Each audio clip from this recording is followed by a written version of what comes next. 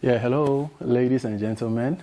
My name is Jeffrey Osei, and you are welcome to Vetista Study Abroad and Travels. Last time on my video, I actually gave you information as to the free tuition scholarship that is available in Iceland. Meaning, if you are a student and you want to travel to Iceland to study, you do not need to pay any tuition fees. Every form of education over here is entirely free.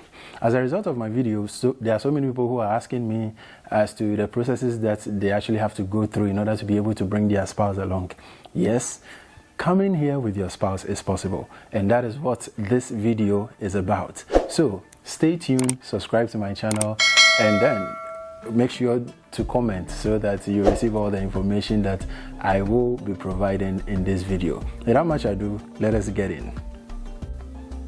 Okay, so it is possible for you to bring your spouse here, and even your children and your family members. When you want to bring your spouse, what is the first most important document? First of all, you, the student, you should have received an admission letter from any of Iceland's public universities that you want to come and study in either your bachelor's, your master's, or your your PhD, professor's high degree. Yes, that's the first requirement. The second one now pertains between you and your spouse. What document actually shows that you guys are married? That is your marriage certificate, and this certificate has to be legalized. I'll come on the legalization of the certificate later in the video, but then to speak more on your marriage certificate, I know most Ghanaians, most Nigerians, in fact most Africans do have married the traditional way, but then you haven't actually gone for the court way. You can go back to your district, municipal, metropolitan office and get your marriage registered through the court system or through the legal system. The third most important document, both for you and your spouse, when applying for a resident permit for your spouse, is your criminal record certificate. Now, Iceland wants to know whether the person coming has no criminal record, whether they're actually bringing in the best behaved kind of people into their country. So they demand that the country in which you are from will be able to attest that you have no criminal record. You are a clean person, or you're a person with a clean record. Yes, so you would need a criminal record certificate. For those in Ghana, I don't know for those in Nigeria and other countries, but then for those in Ghana, you can go to Nima police station. That is where you have your criminal record certificate done for you. It is 150 cedis for the normal process. That will take you about a week or 2 weeks, but then if you want the expedited way, you can pay 350 cedis, and within a period of 2 or 3 working days, you have your criminal record certificate. The next thing that we are going to talk about is your proof of finance. How much do you need in your personal bank account? Note, I said personal bank account. I didn't say a sponsor's bank account. You cannot use a sponsor's bank account for your proof of finance for any resident permit application in Iceland. And this, I'm talking about those who have gained admission from any public university or any private university in Iceland, and you need to come to Iceland to study, and you need to come along with your spouse or your children. Yes. How much do you need in your account? For couples, you need at least 2,600 euros. The figure is not exactly 2,600 euros per month, but then I'm wrapping it up for you so that in your calculation you always aim higher. Most often people bring the exact amount that is stated on the website of the Directorate of Immigration of Iceland, and they are sent emails to either update their bank statement or bring an amount that is much higher than that. So the amount is 2,500 something, but to make it more better for you, do it 2,600 euros per month. Iceland offers you the opportunity for you to apply for either a 6-month resident permit or a 1-year resident permit. Now, if you're applying for a 6-month resident permit, then you just calculate 2,600 euros times 6. Any figure you get, I haven't calculated that. That is not the focus of my video right now, but then just calculate 2,600 euros times 6 months.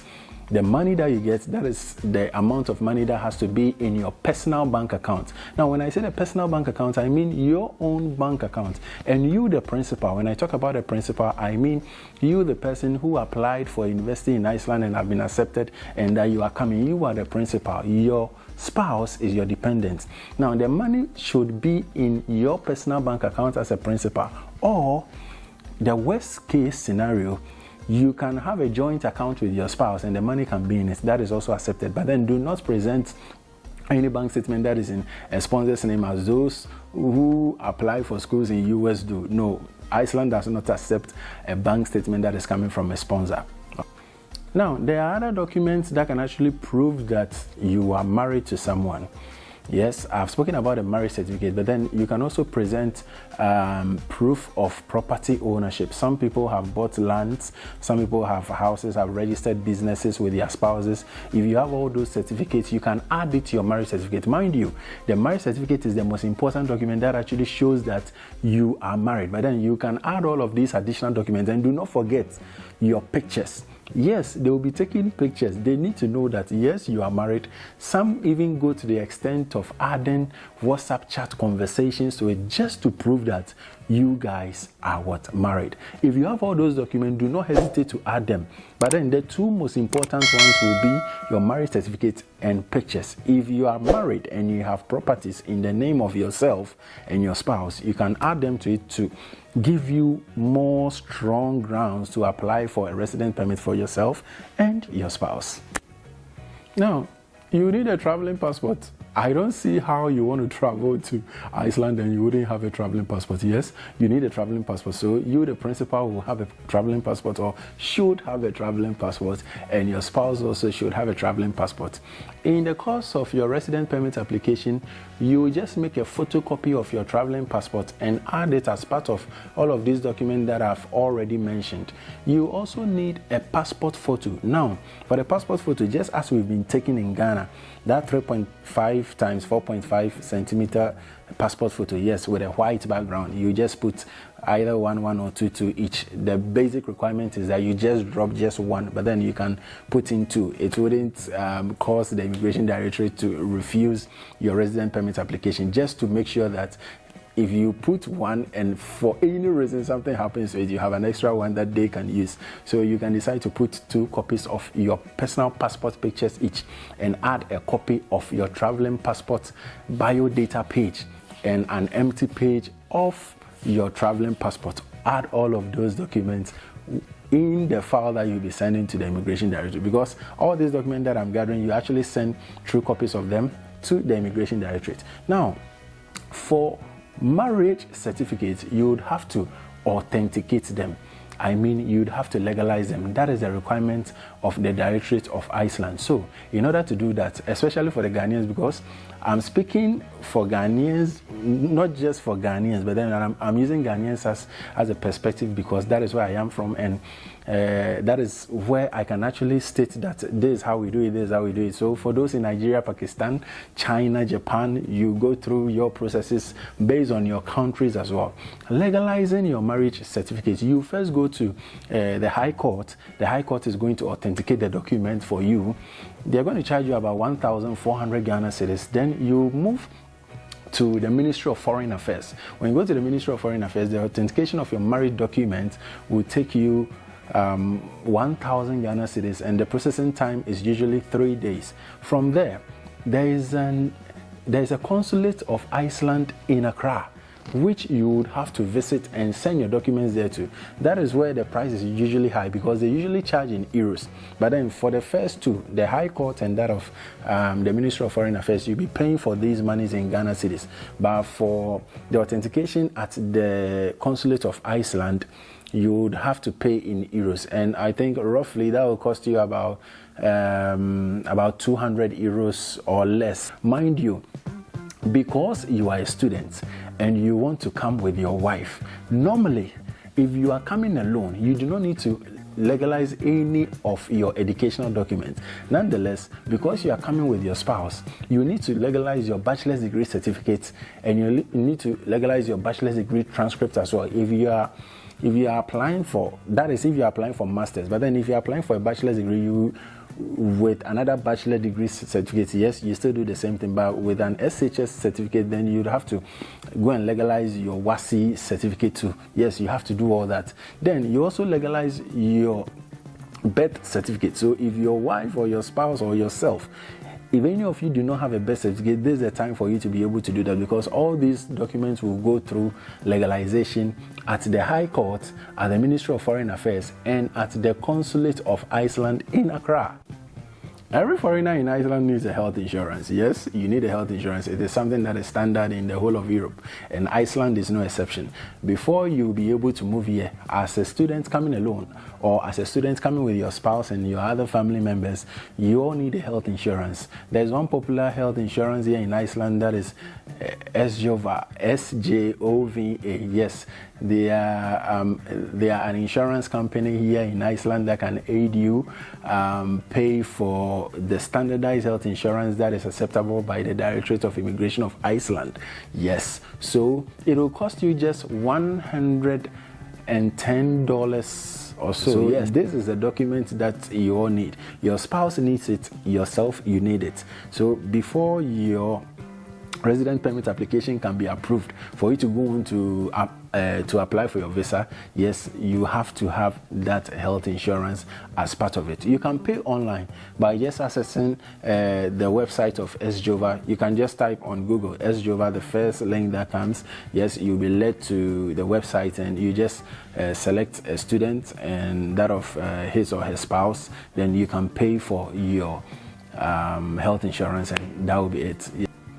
You also have to fill the form for the resident permit application, yes, for yourself as the principal applicant and for your spouse. So this is available on the website of the Directorate of Immigration, which you can access online. Just go to Google, type Directorate of Immigration, and the first link that will come will show something.is. Yes, you get it. Sorry, I'll be adding it to the comment, to the description box, so that you know the actual website to the Directorate of Immigration. And all of this information that I've provided for you are information that has been updated on the Directorate of Immigration's website, so there is nothing that is different from what I'm telling you. Now, the very final thing is paying for your resident permit application. You know, when you're applying for a resident permit in any country, yes, you have to pay. It is not for free. And this is the same with Iceland. The cost of the resident permit application for you and your spouse together will be 32,000 ISK. Each of you has to pay 16,000 ISK. Let's say you have already done yours and you're applying for your spouse, or you are doing it together. Yes, then you would have to you would have to pay 16,000 ISK each. Now, 16,000 ISK is roughly 110 euros. I know that for those in Ghana, or for us who hail from Africa, sometimes it is very, very difficult to pay for such transfers, because it looks like the transfer amount from the banks in Ghana or the banks in Africa to banks here in Europe is really, really expensive. Sometimes you may end up being asked to pay more than the amount that you are even transferring to the Directorate of Immigration. So the best thing to do is to locate a friend, a family member, anybody that you know or have close relation and you trust who lives in Europe or any other part of the Western world, to pay that amount of money for you, so that you can just pay them or put it somewhere in their bank account in your home country. That would be the best way. Myself, my sister Sharita in Germany had to pay that for me, and I'm so grateful for her. Even after paying for it, she didn't even charge any money from me. Sharita, thumbs up. Thank you so much. Yes, so you'd have to pay that amount, 16,000 ISK. And when you pay that amount, your receipt, if you weren't the person who paid for the money, the payer will have to indicate his or her name and her date of birth, and the person whom he or she is paying for, that is you and your spouse, then your names will have to be on the receipt and your date of birth. Now, if you have admission, the public university in which you had the admission will also give you some set of procedures that you can follow, and they all are just information as to the ones that I've already told you about. It's just the same thing. But then You'll be getting details like how to write the date on the receipt for your permit application and all that. So yes, that is the best thing. Once you've gathered all of these documents, you'd have to send them by post through any of the courier companies in Ghana, DHL, FedEx, Ghana Post, whatever. But then I will personally recommend DHL, because sending mine here to Iceland, it was very, very fast. Within a period of 2 working days, my documents got to the Directorate of Immigration. So you can use DHL, send your documents to the Directorate of Immigration of Iceland, and make sure to write the address of the Directorate of Immigration at the back of the envelope. I know when you get to the office of DHL or any courier services that you are going to use, you are going to ask for this information too. I'll provide the address of the Directorate of Immigration in the description box, yes, so that you can know that you are sending it to the right place in Iceland. So I think I've spoken a lot. I've spoken about your marriage certificate, where to get them, how to authenticate them, and so on and so forth. I've spoken about your criminal record certificate, how much money should be in your account. I've spoken a lot. Yes, so if you have any questions, I just like you to comment in the comment section, ask a question, and I'll answer. For those of you who are contacting me through my email, though, there are some of you who are contacting me through WhatsApp. Yes, this is all good. You can do so. Keep doing that. But then I would like you more to be asking the questions in the comment section, so that when others read, they'll be able to have answers to things that I've already spoken about. But yes, it is good for you to also send me. Sometimes some of these questions are really personalized, and it will be good for you to send me emails. So for those who have already sent me emails, you know that I've given you replies to all of your emails. For those who have sent me WhatsApp messages, yes, I'm still speaking to you guys. I'm assessing your situation based on individual approaches, so that I'll see the best way in which I can help you. So without much ado, I say thank you very much. Keep watching my videos, keep asking questions, and I hope to see you, God willing, next year, 2025. We are still in the free scholarship business, and Iceland is the best place for you to come. Thank you very much. My name is Jeffrey. I'll say once again, and goodbye to you all.